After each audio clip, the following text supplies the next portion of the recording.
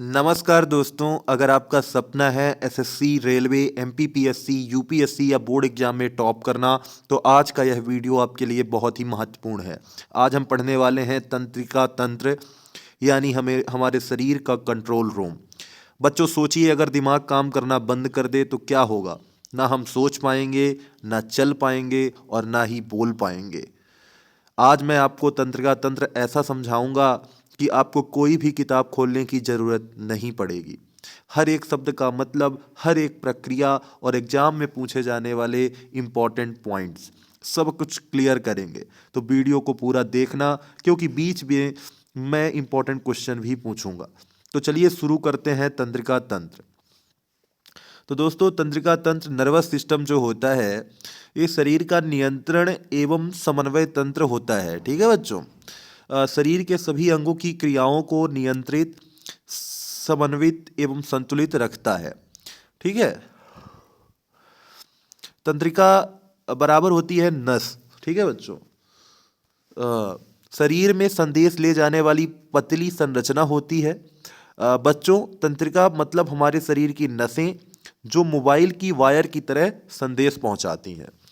ठीक है बच्चों, तंत्र मतलब होता है सिस्टम या व्यवस्था। कई अंग मिलकर जो काम करें उसे तंत्र कहते हैं। जब कई हिस्से मिलकर एक काम करते हैं तो उसे तंत्र कहते हैं बच्चों। अब इसमें देखते हैं कि तंत्रिका तंत्र नसों का एक ऐसा जाल जो पूरे शरीर को कंट्रोल करे। तंत्रिका तंत्र हमारे शरीर का कंट्रोल रूम है। ठीक है बच्चों, ये क्लियर हुआ। इसी के साथ आगे बढ़ते हैं। तंत्रिका तंत्र के कार्य देखते हैं बच्चों। तो तंत्रिका तंत्र के कार्य हैं संवेदन, बाह्य व आंतरिक उत्तेजनाओं को ग्रहण करना।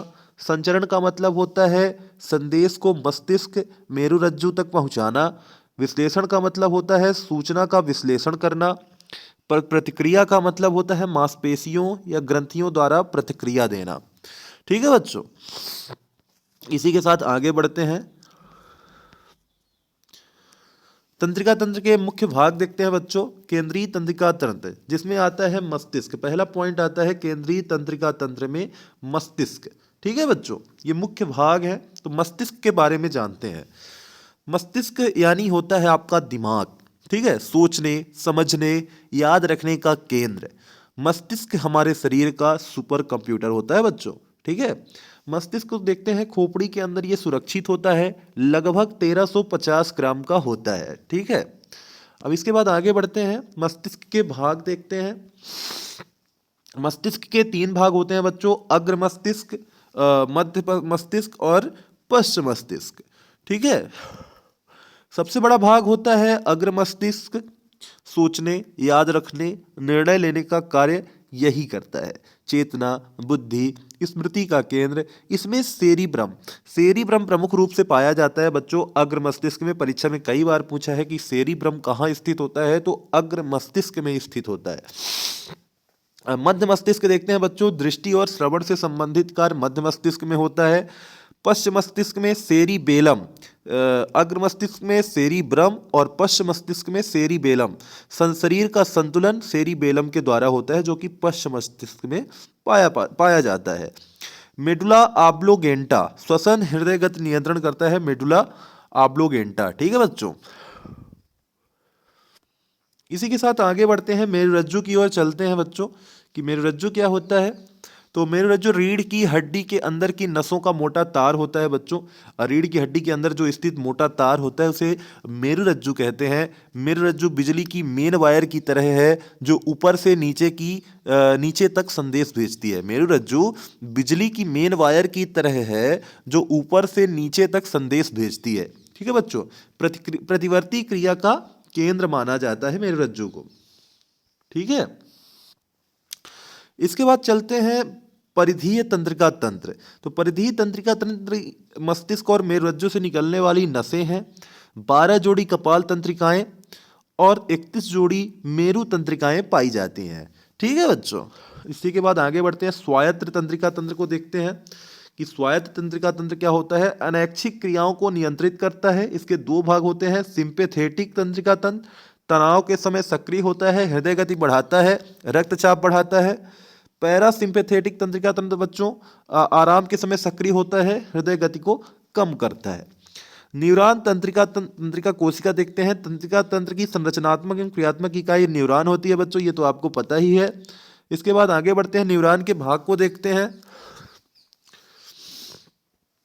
डेंड्राइट जो संदेश ग्रहण करता है, कोशिका शरीर, अक्षतंतु संदेश आगे भेजता है। मानव शरीर की सबसे लंबी कोशिका बच्चों न्यूरॉन होती है। परीक्षा में कई बार पूछा है कि मानव शरीर की सबसे लंबी कोशिका कौन सी होती है, तो न्यूरॉन होती है। इसमें प्रतिवर्ती क्रिया होती है बच्चों। देखते हैं प्रतिवर्ती क्रिया क्या है।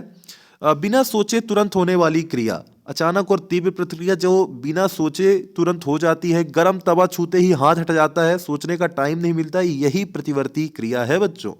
ठीक है, इसके बाद आगे बढ़ते हैं न्यूरॉन की ओर। तंत्रिका तंत्र की मुख्य कोशिका होती है न्यूरॉन। न्यूरॉन वो स्पेशल कोशिका है बच्चों जो संदेश भेजती है और लाती है। न्यूरॉन के भाग हमने पढ़ा, डेंड्राइट संदेश ग्रहण करने वाला भाग, डेंड्राइट संदेश पकड़ने का काम करता है। कोशिका शरीर न्यूरॉन का मुख्य हिस्सा है, यह न्यूरॉन का कंट्रोल सेंटर भी है, कोशिका शरीर। अक्षतंतु संदेश आगे भेजने वाला लंबा तार है। एक्सन लंबी वायर है, अक्षतंतु लंबी वायर है जो मैसेज आगे भेजती है। ठीक है बच्चों, इसी के साथ आगे बढ़ते हैं। एक बार समझ लेते हैं कि उत्तेजना क्या होती है। कोई भी बाहरी या अंदर की घटना जिससे प्रतिक्रिया हो उसे उत्तेजना कहते हैं। जैसे गर्मी, ठंड, दर्द, आवाज, जब आप गर्म चीज छूते हैं वह गर्मी ही उत्तेजना होती है। ठीक है बच्चों, इसी के साथ आगे बढ़ते हैं। देखते हैं कि तंत्रिका आवेग क्या होता है। तो तंत्रिका आवेग बच्चों विद्युत रासायनिक संदेश है, एक न्यूरॉन से दूसरे में सिनेप्स द्वारा पहुंचता है। तो यहाँ पे देखते हैं कि ये सिनेप्स क्या है। तो सिनेप्स बच्चों दो न्यूरॉन के बीच का एक छोटा सा गैप है, जहाँ एक न्यूरॉन खत्म होता है और दूसरा शुरू होता है, वही है सिनेप्स। अब मस्तिष्क की सुरक्षा देखते हैं बच्चों कि खोपड़ी क्या है।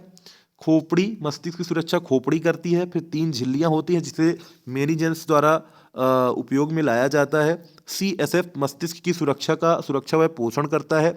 इनमें से सामान्य रोग बच्चों पार्किंसन रोग होता है, अल्जाइमर रोग होता है, मिर्गी होता है। पार्किंसन रोग में बच्चों हाथ पैर कांपने लगता है।